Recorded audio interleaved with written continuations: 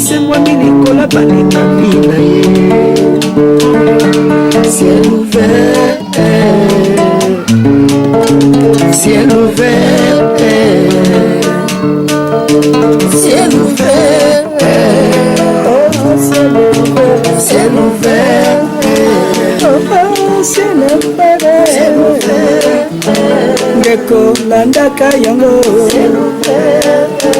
Ngeko tamaka yango, na Vincent Makeba.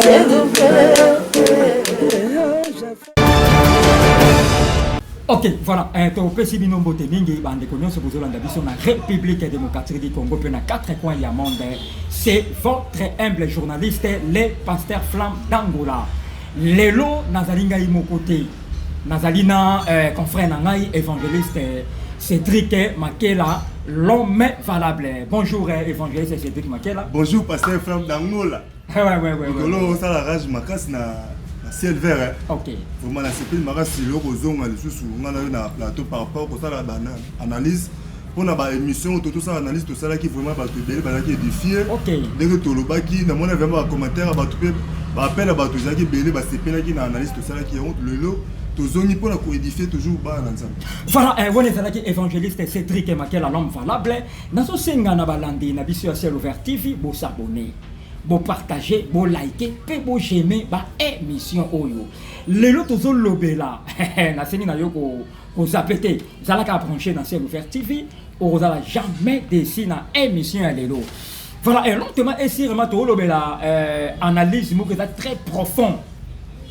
Est-ce que jeunesse ya mboka na biso etambola ndenge nini? Donc tant on ya mboka na biso parce que tu toucher jeunesse ya monde entier. Précisément tu basé non na jeunesse ya mboka na biso etambola comment? Évangéliste Cédric Makela l'homme valable selon analyse na yo. Ba jeune tu sais en général o ba sambelaka na o ba sambelaka te. Pona yo ozomone ba jeune ba otambola comment? Bon. Merci beaucoup, pasteur Flamme d'Angola, pour la question qui tourne autour de nous et qui peut être aux jeunes. Ils ont élu même dans l'église, même dans le cadre de la jeune. Ok. Nous avons coordonnateur et la jeunesse. Mais vis-à-vis de comment on a des jeunes, on a coordonnateur, des jeunes chrétiens. Les jeunes, ils sont l'église, on a coordonnateur. Mais comment on a question autour de nous par rapport à des jeunes, ils sont surtout dans Yamukili, ils sont là. Il y a dans les seigneurs. Ok. Ceux qui vont t'emmener n'engeni. Parce que Flamme, les réponses dans la rose c'est là ils ont marre. Parce que jeunesse y a lelo et baby makas. Biso to zaka bilingue. Tout le monde a ba jeune ndenge ba ndoki ko tambola na mukili.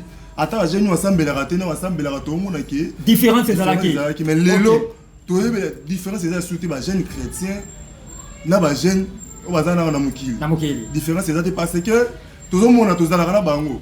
Makambo ba jeune chrétienne. Ba ko sala. Ba sala rango te ta que chrétien ko sala ba sala rango te. Voilà. Mais o yo na ta que jeune on a muto ça il a nzambe ba pexio ko sala rango te mais ba zo sala yango. Ba jeune lelo ba kuma to imangongi. Ba jeune dans les seigneurs. Surtout tsena na Congo na biso et le BBC jeunesse il y a des bossons dans le béza politique. Il y a politique. Politique. Ok, voilà. Les politiciens vont travailler mieux dans les jeunes. Ok. Les BBC éducation à jeunesse. Les BBC morale. Jeunes, on a ok, c'est pas ça, on a tout le temps. Les questions très vastes. Parce que les jeunes, surtout les gens, ils ont encore. Il y a un long là, parce que tout le monde a une église. Il y a une église, les jeunes. Même biso na doctrine de c'est une église. Ba jeune fille surtout ba jeune fille. Tu dois ta pantolote, tu dois ta d'une manière tant que moi nzambe mais les tout monde a jeune une église. Ala ti peut-être jupe moulai. Mais tout le monde est liban, tout le monde est nzela, là ti coupé, là ti cola. Au moins différence c'est ça jeune païen, la jeune chrétienne. Ok, voilà. On est là qui, selon analyse, il y a évangéliste Cédric Makela, l'homme valable. Na beta sete na iloko moko boye. Au moins temps bazolo la jeunesse. Ezali bolamu ya lobby. Donc ezali fitir ya lobby. Pe na lingaki na yebisa biso boye yo oze lenge parce que émission oyo eza ko se baser na ba jeune. C'est ça. Parce que jeunesse en réalité est bandaka na âge ya c'est ti na 70 ans 75 ans ba 65 ans ba lo ba bango pe bazaka ba jeune. Même pasteur Vincent Makela apôtre Diamen Mayatomo Mayamoto ba héritier ka songo bino nion se boza ba jeune. Donc émission oyo eza vraiment pour na bino. Et c'est le constant on nga na osala évangéliste Cédric Makela l'homme valable. Oui oui. Ba jeune ya lelo ya ki lelo o ba obenga ki ya ki lelo ba o ba osambela na ba o ba osambela te po na nga na omona kutu ba o ba osambela te baza mieke ba o ba osambela Selon analyse non. selon analyse na ngai. Pourquoi? Parce que muto yo aza ko apporter image à Christ. Oui. Ba jeune o ba osambela ba jeune chrétienne o ba osambela baza batu oyo esengeli ba marquer différence na ba jeune ya mukili. Mais lelo tokomi komona ekomi au contraire tokomi komona ba jeune o bazo sambela baza ko se comporter dignement te na ba o baza na mokili. Or que confusion ezokota. C'est pour cela musicien moko ya mboka na biso alobi ke na luki église na mon église na mokili na yena église na moni mokili kat na église confusion sikoyo tozo comprendre te ba o bazo sambela ba jeune na ba o ba osambela te ba o ba osambela te kutu ba okanisa bango kutu to ba ba osambela. Donc confusion totale ezo salama. Mon abiyer Mayatomo Mayamoto na Paris yo posa jeune tala ba jeune sokozi ya Europe ndenge moko sokozi ya République démocratique kutu ko loba kutu na parlons même pas jeune azo sambela mais sokotali na munoko na ye azana kata église. Mais nzembo afali ezobeta au moins nazoningisa lokola azoyemba bazoteya ye oke nzembo wana ekwabutir na rien epai na ye. Yesu akosaté. Merci beaucoup na saluer dans nous le patriarche Vincent Makela l'homme paranormal. OK. Grâce à l'initiative iné lelo to leki na CLV TV. Pour l'initiative iné la PC vraiment mbote pesa zali na ndaku na mère Ben kolo makosa. OK. Pesa mtema ya pasteur Vincent là la PC ba mbote. Pe na ba na nzambe ya église Vallée de Béré kana l'église de la Rocher. La PC ba vraiment mbote pesa bazali. OK. Pasteur Flamme le lobby et c'est que c'est na makasi poani na lobby Yesu akosaté. OK. Parce que tout le monde dans la Bible, tout le monde dans la Bible, bah apôtre, il y a un Nzambe même tout le monde a Pierre. Pierre azalaki l'un des disciples de Jésus-Christ. OK. Tango bakangi Jésus, il y a telemi na lisanga ya batu. Obelone sala ki baye bake ya zali mo Christ. Elobeli na façon na ye. Lilo biso ba jeune chrétien, toujours kolata bo Christ te. Parce que beaucoup de moi dans Nzambe na milieu ba païen moi pe moi Nzambe o ba ngala goloa ngala royaume ce qui fali ngala mutu chose qui hérétique non mon bana na Nzambe na koti na TikTok pasteur Flamme na leli na moni ba serre l'église msuti ya biso na moni ba serre ba serre la pe Nzambe ne biso la protocole na koti na TikTok serre azoye manzembo ya Fabregas. Mais est-ce qu'on a sert en crise ou bien en Christ? C'est quoi? Tu différencier nini parce que la mission total apôtre Pierre. Bah ça y différence ne lobeli na la marque le lenge na ye. OK. Marque on a là ta ezaki ke c'est que pour Christ. OK. Parce que frère mon ngale na boy. Je suis jeune, mon année na tabat. Ouais ouais. D'une manière normale était que moi na nzambe. Na rola taper fashion. Na rola taper kata fumbwa. Wana bikini nyo c'est moi. Na rola tango. OK. Na rola taper na lati de ba rola ta wana na lati pourquoi ya kilelo. Pour il faut na la différence batala que non de quoi azali mo na nzambe. Très bien. Au moins ngale parce que on va na Kasavo. Na avenue wana ezaka moi parenthèse mke na pesa pour na to ki na ni. Avenue wana tout ça ba jeune ebele ba garçon ebele ba to bele. Voilà. Différence ni nga salaka. Place ba jeune baza ba no mona ngana tsanga ba jeune te. Diction ko sala ba ni nga zalaki te. Ce que ba no mona ga embo mona na no bima ga suivant son église. Ouais, là tu n'as su veste là tu na ki église. Ba maman moko ba benga ngai. Ouais ouais. Abisi ngai papa na lula ko fo no ki no sambela wa. M'expliquer non je suis mon église va être libérée quand on a sambela kuna na zaite musali kuna. OK. Abi oyo tukobeta biso te kosambelaka lolenge na yo façon d'être na yo ndenge se comportaka na avenir na lupango nde tomonako kaka ozalaka na kanda te mais façon no ozalaka oza gentil na motu nyonso tu makambo ya pamba oyo bagene so osala bamela badiamba awa bagene basali badesote baolingalinga basi bana basi na balabala yo oza nango te ok moni différence mama nasalaki ok mais lelo so totala na mokili boye bagene na biso oyo basalelaka nzambe oyo bazomonanaki baza bagene chrétien 600% bazalaka 20%. Ok. Voilà, ça qui est différent, c'est ça qui est génial vraiment. Aza mwana na nzambe. Ok. Okuti na makambo mabe te. Soit à une église ko sambela. Soki akene bo akene soki wa aye ko sambela. Ba jeune vraiment pasteur Flamme. Il faut baser la marque de Christ. Moni Moïse lorsque akimaki roi akene vanda na désert. Parce que akuta na Jétro. Différence c'est ça qui tombe à aidaki ba Sephora tiele ba omai. Ba Sephora ba kepsa papa na ba on Jétro alobi tokuti ndeko boye azali lolenge moko na ba égyptien. Pourquoi? Marque na ezaki ba égyptien. On a nous Jésus nzamba kota na nzambe te. OK. Lolenge na biso to lingi ba jeune lelo bala na mukili te tobi ke mukili bouger. Biso to mona mukili on ndenge bouger. Eza na makomi. Na tableau bilembo ya temps de la fin nyonso te kokisana. OK. Il faut pas tous à la boutique tellement tous si mama commis au to yekola to vanda ba jeune au na mukili to ba to be ba jeune chrétien te to be ba païen. OK. C'est ça moi analyse mukili. Voilà, merci évangéliste Cédric Makela l'homme valable na pesi mbote na Belve Makela. Belve Makela yende asimbi vraiment lelo na bilili nzamba pambola. Réalisateur du moment nzamba pambola yo nzamba mona yo nengena lo baboyi. Sokozi agene natuna ndeko moko boye amelaka ba masanga wana ya salite ozo komisa mutu mubange omona un jeune moko boye ya 22 ans akomi longi lokola tata ya 90 ans à cause ya babiloko bazo mela ezo faire vieillir bino nazo kamwa yo za jeune osambelaka.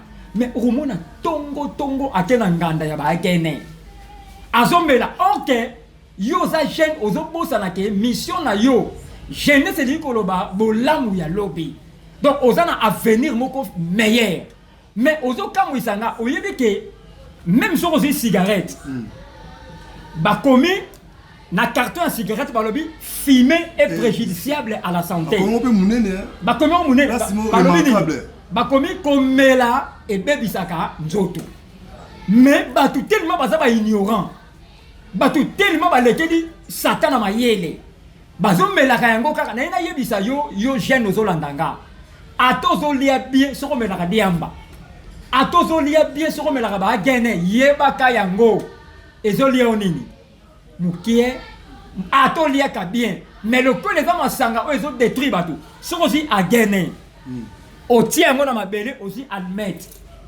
so opelisi au mon moto so talaka moto zo pela siko yo jeune inconsciente parce que même les filles ba melaka yango parce que awa tozo le la jeunesse nyonso les païens les chrétiens soi-disant tozo le la jeune nyonso na yo sambelaka te tango zo mela ba masanga wana ezo bebisa santé na yo ozo détruire jeunesse na yo sans le savoir.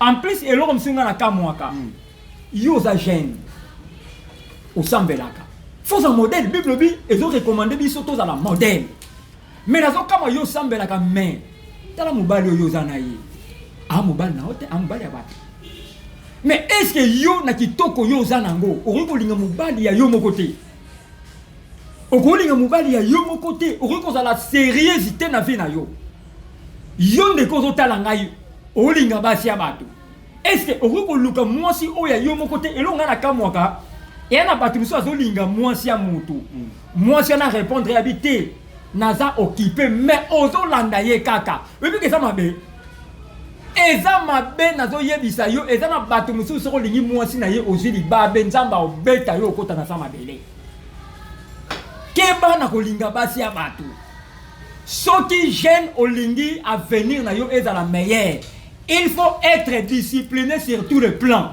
Zala discipliné à tous les plans. Mubali abatuko simbate. Moi c'est abatuko simbate. Si kaba makambu ya mabe, ba makamba ba kuluna, surtout ba kuluna. Au moins la jeune. Au moins muninga lati na ibena téléphone na bien, ozo kele mutema likunia o kaleye o tsaembeli. Et évangéliste Cédric Makela, n'a pas comprendre des ozo kende wapi ba jeune. Pasteur Flamme, tant on le belo wana et puis singa mamakasi. OK. Surtout mambo lobi mambo ya obi mambo ya mambo libala. Et monsieur mo on a élevé tout ça là on a patriarche Vincent, to belo pe mambo libala, to pesa na ba vexé biblique. OK. Moi si mbatu alongola ka mutu bomo ya mutu ya. OK. Oh mais ça na kolinga basi ya ba o sepela bien.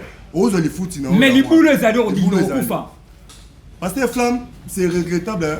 Ngala beta surtout c'était mis pour nazala mingi na ba jeune chrétien. OK. C'était dans les amis et pas ba jeune chrétien parce que dans moko e ba cadre ba jeune. OK. Noro amutu passe mo sur la vaina ndako ba jeune. Ba ça la mutu passe. Yo bi ke na cadre ba jeune RC. OK. Il y a des crises dans ce pays à commune qui ça bazala na cadre tous les jeunes à commune qui ça be. Si on la jeune ya commune qui ça na cadre raé. Nazala na ba réunion mo na sensibiliser na sala na bango parce que Flamme so za ne solide au katani mutu. Au moins ba jeune oh qui ba jeune mutu ba Christo. Marabu o bande la woma kambo split de 100 fois. Ka o yo pekisa bango le ba ça. Ba ça ba païen. Parce que Flamme c'est du regrettable na mona na réseaux sociaux, na la zone. Réseaux sociaux ezali eloko ba sala ki yango pona ko approfondir amitié. Et pour vous tient dans les réseaux sociaux. On a approfondi qui amitié, on peut partager même sans mal. On est on a un mona dans un mona sur la côte na nina na ko avec ces des jours. Oui oui. Dans ko évangéliser d'une manière voilà.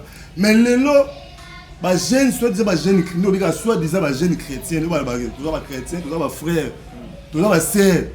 Parce que Flamme et là on ça na réseaux sociaux. Ba bêtise. Au moins la muninga aussi autant na réseaux sociaux moni. Ah frère Belvin, na moni ya bibo azolo ba mambo asa le boue.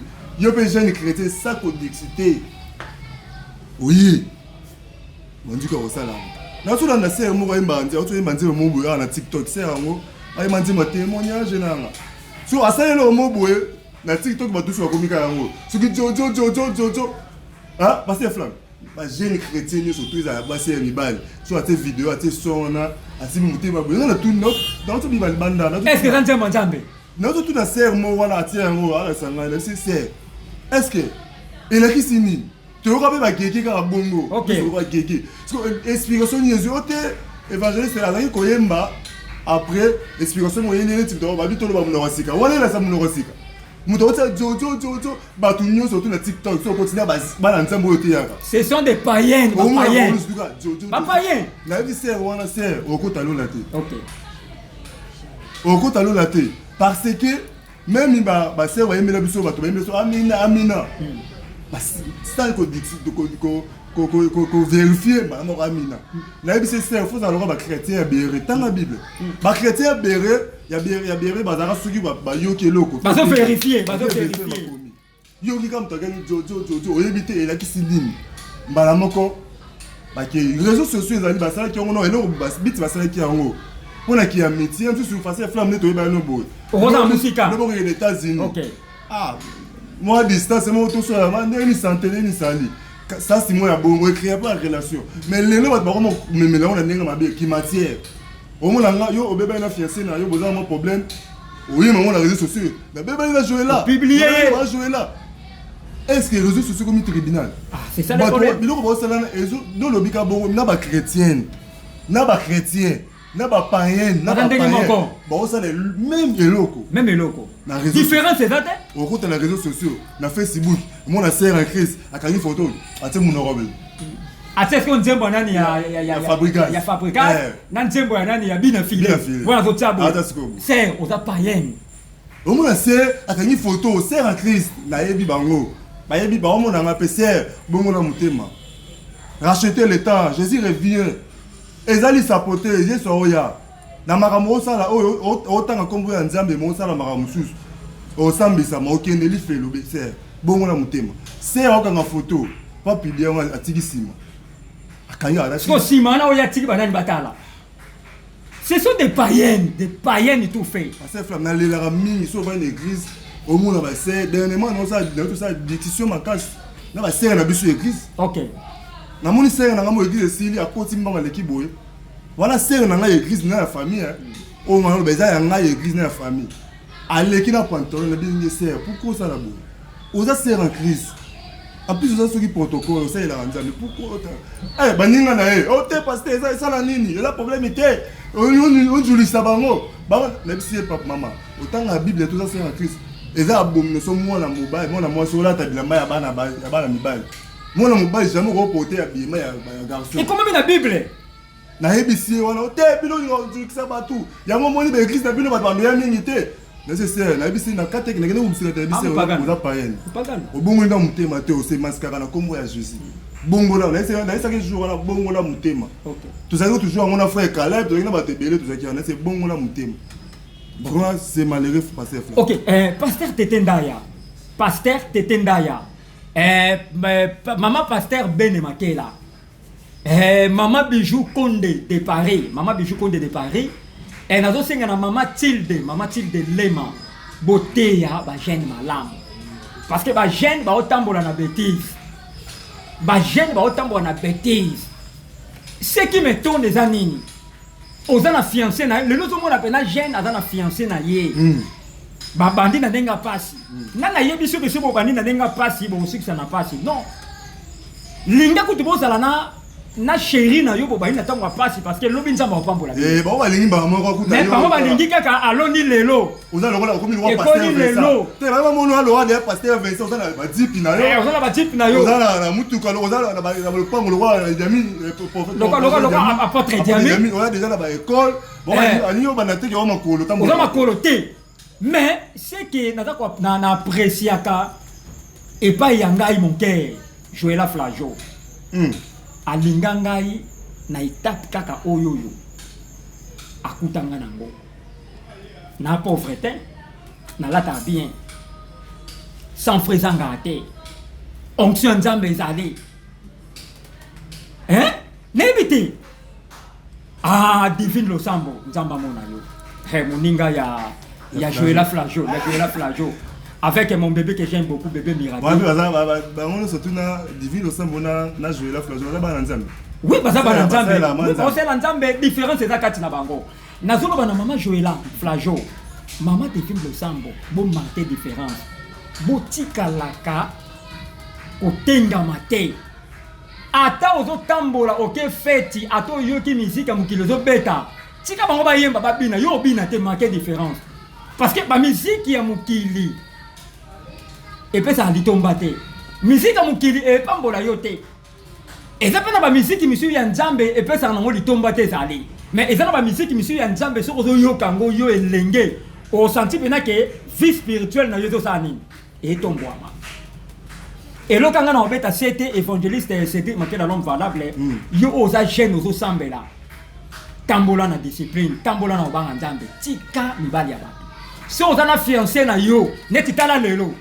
Alors dans l'émission ana fiancé na yo mais à conseiller que ba na fête moko ya famille. Yo moni. Mais oui. Oui. Ah bon on a mutema. Ayebi si fiancé ne qu'il tourne na fête sa famille. Oh, que ta fête ya nani? Ya nani? Ya deuxième na ye. C'est répands-toi. Jésus-Christ revient bientôt. Répands-toi. To comme na temps oyo esengeli mutu nyonso zo vie na o sérieux. Soki ozo zo vie na yo o sérieux te, jeune oyo zo landanga, o kufa la vie et continuer. C'est pour cela nazo senga na bana nyonso ya vallée de Bereka. Nazo senga bana nyonso ya centre de miracle. Nazo senga na bana nyonso ya les rochers salis. Bozo conscience. Bozo conscience. Jésus-Christ revient bientôt. Bongisa etamboli na yo, tika via ko China. Tika via mibali ya batu yum toza na chéri na yo. Yum toza na fiancé na bozo preptala. Nazo yebisa yo so oké na intendance. OK, non ba papa te yo jeune. So oké na ba intendance, o mona tala ba jeune belé. Bazo kende ko na ba oké luka mubali. Car le rôle évangéliste c'est Cédric Makela, le rôle Belvé Makela, le rôle pasteur Flamme d'Angola, mais tant que c'est grâce, au swinga na ye pas na yo forcé, c'est une grâce.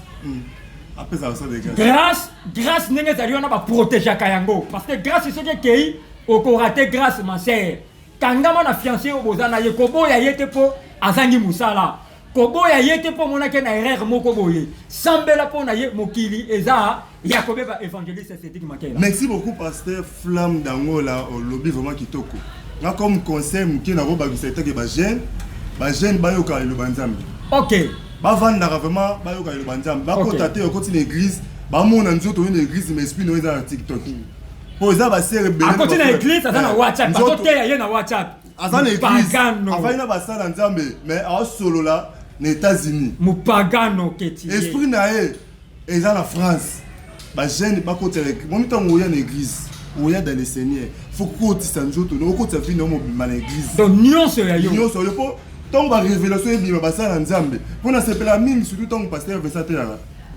père na ngai azala bacharisme na soki oteya bimisaka bainspiration moko boye barévélation moko ebimaka soki barévélation ebimi ekuti yo na TikTok na église soki barévélation ebima ekuti yo oza na kati ya WhatsApp sikoyo ebisanga mais ndenge ezalaka ke un homme de Dieu azoteya yo oza na WhatsApp c'est une malédiction eza malédiction demo soko yo okotamba mwana akotambala moko c'est pour ça omoni bajeune fille ebele bavie na bino eza na bloqué kotaka bajeune fille te na bagarçon non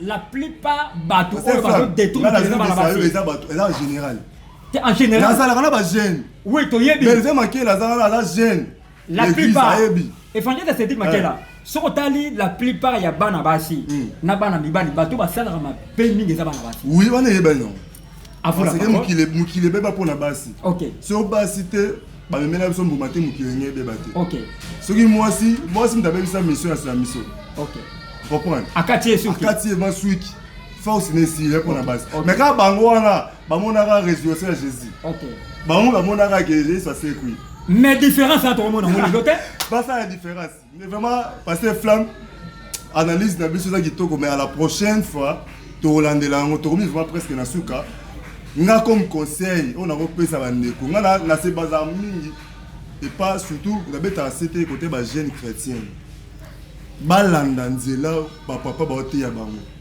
balanda te ke lokola ba moni na réseaux sociaux eza rien réseaux sociaux c'est église te réseaux sociaux au coup faut tiki vie na yo réseaux sociaux etikala pe bazokufa nde ozoloba bazokufa ebele bakomi kotongo na réseaux sociaux na mutu maître spirituel mo ye la bisa rapporte mon magique atine na comme na tinela ki sauti combien de fois nga moko ba maître ba numéro na benga bango combien de fois wana bato wana babenga ngai olobaka bien oza na mutu moboye yaka tokutana osomaka mituka na biso kenga na otongo nasomaka mutuka te na na avenir molai naosela nzambe na na parcours est-ce que mutuka c'est quoi na perdre vie na nga opesaka mutuka lelo après 5 ans to après 3 ans na kufi na perdre vie ya mutuya na kati mission na nga obi kosambisa maninga kosambisa ngai na esenga bandeko oyo baza bana na nzambe bien aimé oh azoyesa bino ndeko na bino aza jeune mais tobeta nga mpe nazalaka na mokili bajeune tolobela na bapasteur oui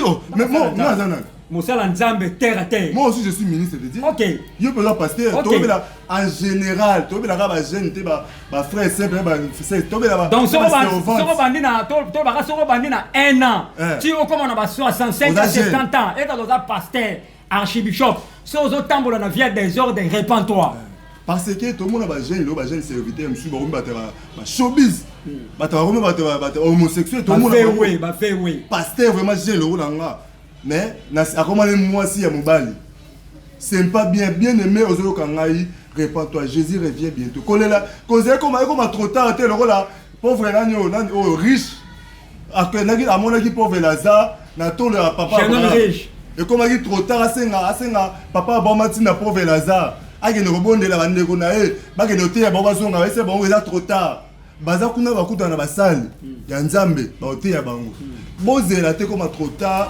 yesu aye okufi opedre vie na ye okomi kolela na ye baki te yango baoteya yo réseaux sociaux bango kota réseaux sociaux kotalaka ya mama mabe te po bino olinga so omoni ke parce que femme atikeli ni ata mwana balabala na ofongoli misu pene okimisi azoteya yo otala yango te bien aimé bongo na motema jugement dernier est vrai on a jugé sévèrement devant Dieu. Oh, tous les gens, tous les gens, tous les gens, le rôle surtout tu es passé, tous les gens qui le rôle, mais tout le salaire, tout salaire, tout le salaire, on échappé sur le rôle mais surtout tu es bon, la mouté, trop c'est trop. Jésus revient, ils sont réels. Bon, la mouté, mais alors on est comme moi, c'est un pasteur. Il y a beaucoup de pasteurs, bon ça là, ma bouille à ma case. Et ça va pasteur, on va bien, mais bah convaincre à continuer à mourir. Bazali. Ba pasteur Kimba. Ba pasteur Kimba malote ya ose baelio ba proposer ma bien. On va sacrifier banzimi. Bien aimé bongo la mutema. Ya ka ba tso ma borote ba vrai serviteur de Dieu ose la nzambe. Même bibi lobi so okuyi muki okukoli olaninzela. Nzamba obiki ça. Merci beaucoup. Pasteur Flamois la liste dans ngwa. Directement ba dédicace pour na zona cultiver. Mais merci beaucoup ba dédicace dans la liboso. Na pesi merci pas nzambe na pesi souffle de vie. Amen. Pour tout ça la suite émission be mini bazui grâce ya lelote. Mais il peut avoir une opportunité, on a eu des yeux en moté. Mais bis les yeux en on a pas si mais c'est pas un jambe. Il y a mis balai. Il y a le côté patriarche fait ça maquille. OK. Muto le côté na la on mukiri na la teti na pour convaincre les gens facilité. Na la teti fort. Mais la qui teti na ngana na ngwana muto na ateinga le bazama convaincre nga. Le long appel na moté. C'est une grâce. La PC vraiment moté le patriarche fait ça maquille même attends la profit. Dans raisonnaka e bola mo asala lona na kati na vie nanga ata pesinga mbongo te mais or koti singa eza la vie éternelle na ozala nango partout dans le temps bona poto na ozala nango na pesi merci na pesi moi si na ye la servante de Dieu Bénédicte Makela na pesi merci na sans oublier servante Sephora yo mo moni tout ça musala mo munene na activité à 4 jours. À 4 jours mais za ki nzambe ya ki récite ya ki total nzambe ma moni ami moni ça ma ki kati na ye na pesi merci sans oublier ba jeune union surtout à Vallée de Bereka. Na pesi Belvin Maké l'homme toi filmer biso na pesi vraiment merci na wa salé. OK. Pour balabi on change pas l'équipe qui gagne. Mais l'autre changer qui peut gagner to changer donc c'est Belvin. Tout c'est Belvin Maké là. Na moi déjà à lire déjà OK non bien na pesi merci sans oublier l'église ba j'ai une surtout avec des biens na pesi ba beauté ba serviteur nous surtout ba ministre de Dieu église. Il y a biso avec des biens na pesi bango merci baza toujours na sia makolo ya musali nzambe na sia alliance ya pasteur Vincent Maké là. Na bandeko nanga baza na poto zo bodibanda akoma docteur akoma pe musala nzambe nzambe benga ye. OK. Na PCB merci na benga bandeko nso ba moyuma ba Sylvie baza na États-Unis nani Basaoula na PCB merci sans oublier Sœur Balbine Sœur Sunda bandeko to zaka na bongo ba na poto ba papa Edi Evangeliste Edi maman Nasi bino nous surtout vraiment ba moto na bino maman Mati bozala toujours na bonzambe sans oublier Divine au sambo on appelle si vraiment mbote à la mission direct. OK. Vraiment ça toujours na sema kolo ya papa sans oublier Flajo Joëla. On appelle si merci Olga bandeko na nyo surtout église ya famille on est surtout famille Makela bossa la nzambe. Vraiment la ceux qui ont la pasteur. Voilà, merci. On est là qui évangéliste Cédric Makela l'homme valable vraiment à Saliba analyse vraiment c'était bien passé. Et dans le baka pour on subit sa gêne. Jésus-Christ revient bientôt. Ozo salamabe tika mabe zongela ntela nzambe. Tika oyo salamabe zongela fiancé na yo. Tika mibali ya batu, tika basi ya batu. Nzambe akopambola yo. Parce que le monde est comme une souka. Alléluia. Jésus-Christ est ngazonga. Alléluia. Voilà, dans le micro, c'était votre humble journaliste, le pasteur Flamme d'Angola. Na opesa no mbote na patriarche Vincent Makela. Le patriarche. Et sans oublier l'homme paranormal. Et sans oublier moi Sinaye, maman Bene Makela, Tipatoka. Na pesi mbote na mon père spirituel apôtre Idi Amin. Linjoki Mbobo char de Dieu, l'honorable. L'honorable Cordon. Cordon Nzamba Mona yo. Na pesi mbote na prophète Conde de Paris, maman Bijou Conde de Paris, bah bon séjour na kin. Oui, maman Bijou Conde de Paris. Oui, Nzambe amona bango na pesi mbote na mona bière Mayatomo Mayamoto na Paris. Batu bazoloba. Tola tapete. Tola tate mona bière, tobora ka mingi. Na to sala be mission ti siko to mona réaction te. Sala réaction. Mona bière Mayatomo Mayamoto et sans oublier héritier ka son bokonza Bruxelles toze la o bokonza Bruxelles tozalane na kin to lia pas ensemble grand sapeur bokonza Bruxelles na pesi mbote na asile mutale le bilingiste na Bruxelles le bilingiste ya pesa bilingi Azil Moutale, le bilinguiste Nzamba Monayo, et sans oublier Depsimbimba. Depsimbimba, toujours à Bruxelles, n'a pas simbote na boss Didier Simisi. Boss Didier Simisi, les Lions. Joyeux anniversaire, na yo to bota mon jour moko le 20 juin.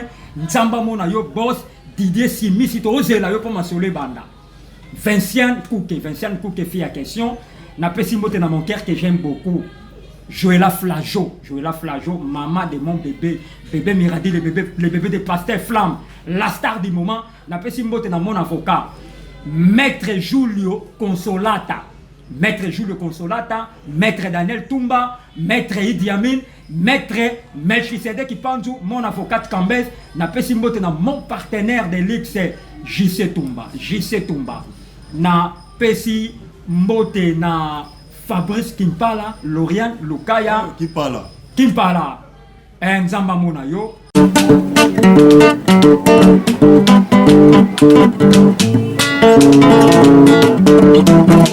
Ciel ouvert, lève-moi nique mon Nzambe monani. Loboko na tata ese moi milikola balinga mina ye. Ciel ouvert, ciel ouvert, ciel ouvert, oh ciel ouvert, ciel ouvert, oh ciel ouvert.